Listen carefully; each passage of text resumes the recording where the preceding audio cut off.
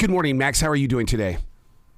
Fantastic. Thanks for taking time to talk to me. Oh, I'm so jealous of what you've been able to do here because it's like I think that as we grow as a generation, we're forgetting the history of how, where, who, and all of this came about with food, and tasting history is a new door to walk through.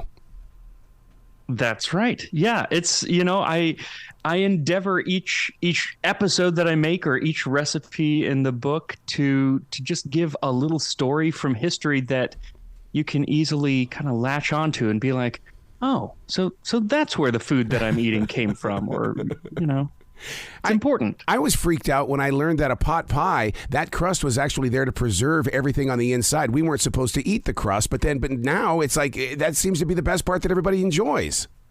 Exactly. Yeah, no, some of those early crusts, you look at them and they would use them multiple times. They would call them coffins, actually. And it was really just to hold the food, way to kind of preserve it. How were you able to dig into family tradition and or history to be able to put all of this together? Because, when it comes to food, so many people are protective. Yes. And some foods definitely bring out a little more energy than others. When you touch on foods that people have such a connection to personally, like I just did an episode actually on peanut butter and jelly sandwiches of all things. And you'd think that would just be, very innocuous, but boy, people really had strong feelings about the way that they made their peanut butter and jelly sandwich, and more so how their mother made their peanut butter and jelly sandwich. And that's what I find with a lot of foods that I end up talking about. It's, how did my family eat it when I was a kid? That is the correct way to do it, and that is the history that I want to hear about. And especially when you kind of leave the U.S. and talk about foods like adobo from the Philippines or borscht from Ukraine and Russia, especially right now, they're charged. It's just food, but it's so important to people and their personal histories and their families' histories that sometimes it takes a little tiptoeing around certain things. But once you get people talking about it, they love to tell stories, and that's really all history is about. Man, you bring up such a very interesting point there, especially with peanut butter and jelly, because I don't like it with the chunks of peanuts in it, and I've always said this because we weren't rich enough to have that kind of peanut butter. We only had the smooth peanut butter. So therefore, as an adult, I only want the smooth peanut butter. That's funny that you mentioned that. So originally, it was kind of the other way around. Wow. The smooth peanut butter was the more expensive peanut butter. It wasn't chunky versus smooth. It was more gritty versus smooth, because if you had to make your own peanut butter, it was usually through like a meat grinder or a coffee grinder. And so it wasn't really smooth. And so if you were able to afford at that time Peter Pan peanut butter, this was like the 1930s, 40s. If you were able to afford that stuff, you were living high on the hog. How is food changing today? Because it seems like everybody is buying everything. There's not one, especially here in Charlotte. And we do have generations from everywhere, but it just seems like everybody is going for the quick route. Yeah. It's funny because people are cooking a lot less, I feel, especially people in, my generation, the millennial kind of generation.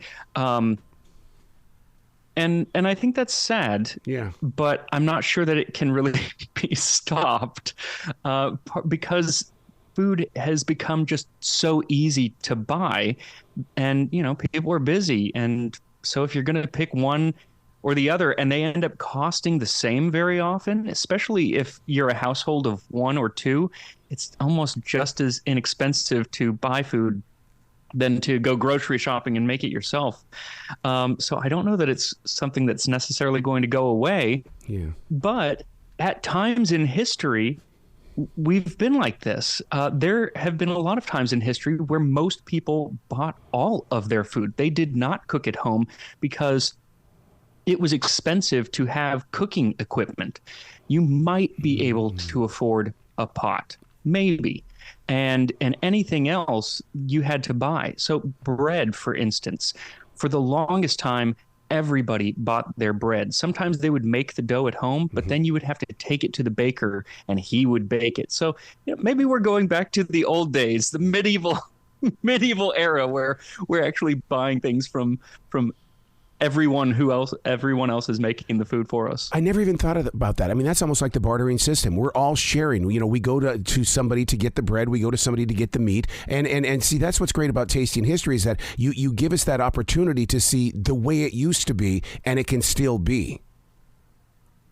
Yeah, it's really fun to kind of, my goal with the show and with the book is to tell history through stories rather than, just a series of facts and everything. Kind of tell history through stories. So put you in the shoes of a medieval peasant who has to go to the baker and has to, figure out how to put together a meal without access to a lot of cooking equipment and everything. So it's all about kind of making yourself connect with those people of the past and realizing that we're not all that different, that not that much has changed over the last couple thousand years. Now, when you go back 4,000 years into recipes, what the ingredients themselves, are they still around, or do you have to rely on something else to kind of, be a substitute? So yes and no. The quick answer is no. Absolutely no ingredient today is the same that it was 4,000 years ago. Even when you go to something as basic as a piece of fruit or vegetable or wheat, everything has changed because of farming practices over the last few thousand years. But, if they have lamb in a recipe from 4,000 years ago, we have lamb today. Mm-hmm. Yes, they're different, but they're close enough that I'm okay with that. But then there are some ingredients that you just can't get. Like in the Babylonian texts, there are ingredients that we don't even know what the word means. Oh, boy. And so there are educated guesses by people far more educated than I, scholars from the field. So we can work with those guesses and come up with Persian shallots and things like that. But sometimes we don't know the word, and so we don't know the word. Inside the book, you feature 60 different recipes. I love this idea because it gives me the opportunity to take my days away from the job and to have some fun in the kitchen. So to be able to do this, I mean, it's like you're creating a new family tradition. Because if it's never been in my home before, it's a new family tradition. Right. Yeah, it's fun. I love hearing about people cooking some of these dishes that one, they've never heard of, and two, that they would never make based on, if I said, hey, go make some blood stew, you would probably say no. But if I said, hey, go make the stew that Spartan warriors used to eat before going into battle, you might be a little more inclined to try it out. And so that recipe, melosomos, is in the book. Though there are so many recipes in there that are wonderful and delicious, like the semlor. I've had a lot of people making these. These are cardamom buns from Sweden from the 18th century, the recipe is, and they're filled with an almond filling and then whipped cream or hot cream around them. And the story behind them, of course, is that the Swedish king, Adolf Fredrik, ate so many that he died. Oh, no. They killed him. And so, the test is, can you make this and not die? The answer is yes, just eat 2 or 3 rather than I think he ate 19 or something like that. So the photographs have always been very appetizing to me, and I'm so glad that you've included those in here, because I think that is, if my eyes are sold on the idea of creating, then it started with the photograph, and then my stomach is going to follow. Absolutely. You always eat with your eyes first. It's important to have good looking food, and with historic food, sometimes that can be difficult. Today, if you look at most, modern cookbooks, or you go to a very nice restaurant, everything is, the dishes are kind of created with the look in mind. But when you're talking about different stews and everything, food just tended to be very brown in the past. The further back you go, it's like there's a lot of brown in this food. And because food tended to be boiled to death or roasted for long periods of time. So it's hard to make things look good, but we endeavored with the photography to make as much of it look appealing as possible, Yeah. and I think we succeeded. Yeah, I can't imagine what the food of ancient Rome would look like. Was it as brilliantly colorized as we do our food today, or is it like, okay, here's some slop on the plate, have dinner, eat, enjoy? So it kind of depended on who you were. If you were the average working Joe, or Julius, then it was pretty basic. You ate mostly what was called pulse, which is basically porridge or similar to like an oatmeal. Not particularly beautiful, but the wealthy, it was all about presentation. They would have entire peacocks and huge dishes of thousands of fish laid out with color and use different it was all about presentation, and that really extends through history. The wealthy people were all about the presentation of the food.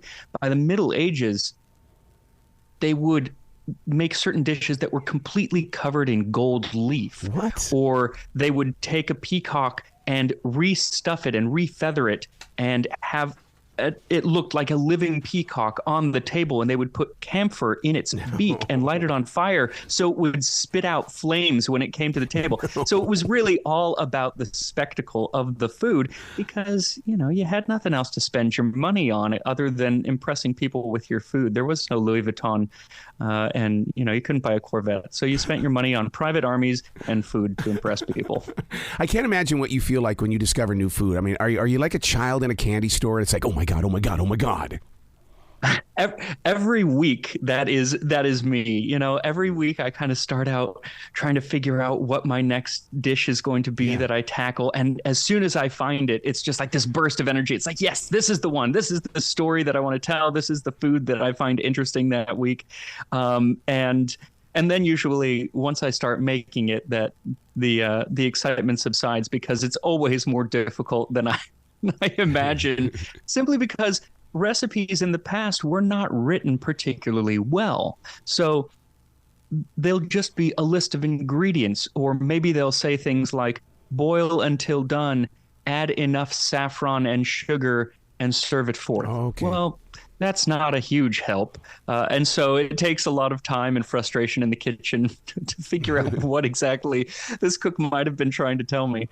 And, sometimes I'm more successful than others. See, that's like when I make soup. I mean, that was my addiction during the lockdown. It's like I always had to create some sort of new soup. But the way that it's all based on improv. What am I feeling or wanting to taste in this moment of now? So I've never had two soups the same. Right.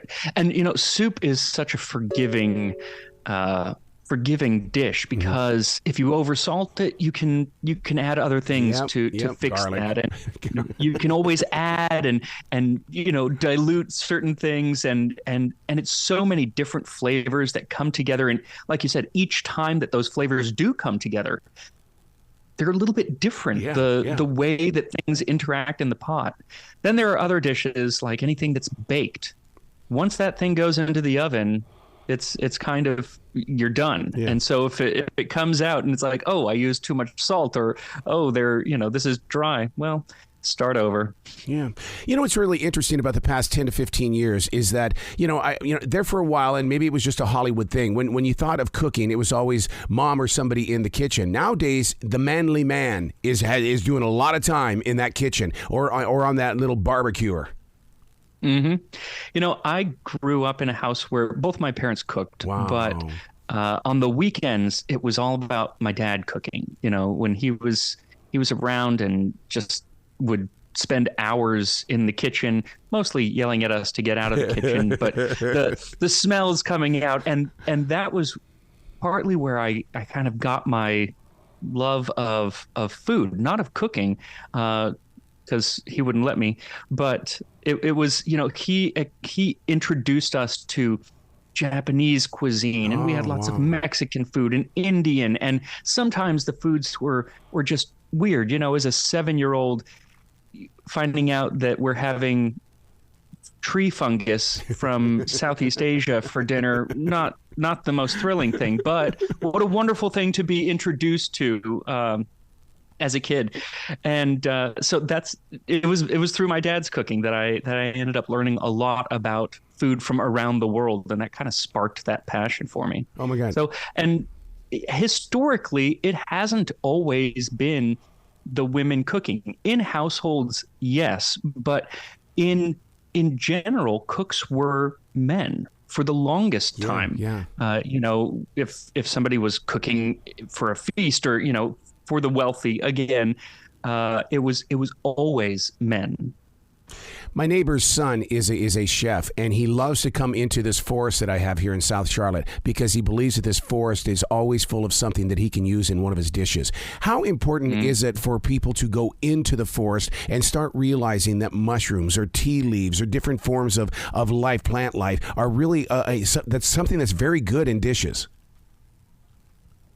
I think it's fascinating if you have access to that. Not everyone has a forest. I live in Los Angeles. I have no forest. I'm not picking up anything and eating it off the ground. But if you do have that ability to kind of go out into nature and find those edible things, of course you have to have the knowledge because there are just as many things that can kill you. But not just mushrooms and everything, but I do think that it's important to have that connection with the actual ingredient. We often forget how much work goes into, say, just raising a chicken or any kind of meat product, or getting an egg or milk or honey. And that is something that is fairly recent, that we have forgotten that connection, because for the longest time, most people there were fewer steps between me and the bee making my honey. And you just get to appreciate the work that goes into food. And I think you're less likely to waste it if you realize the amount of work that goes into getting these ingredients.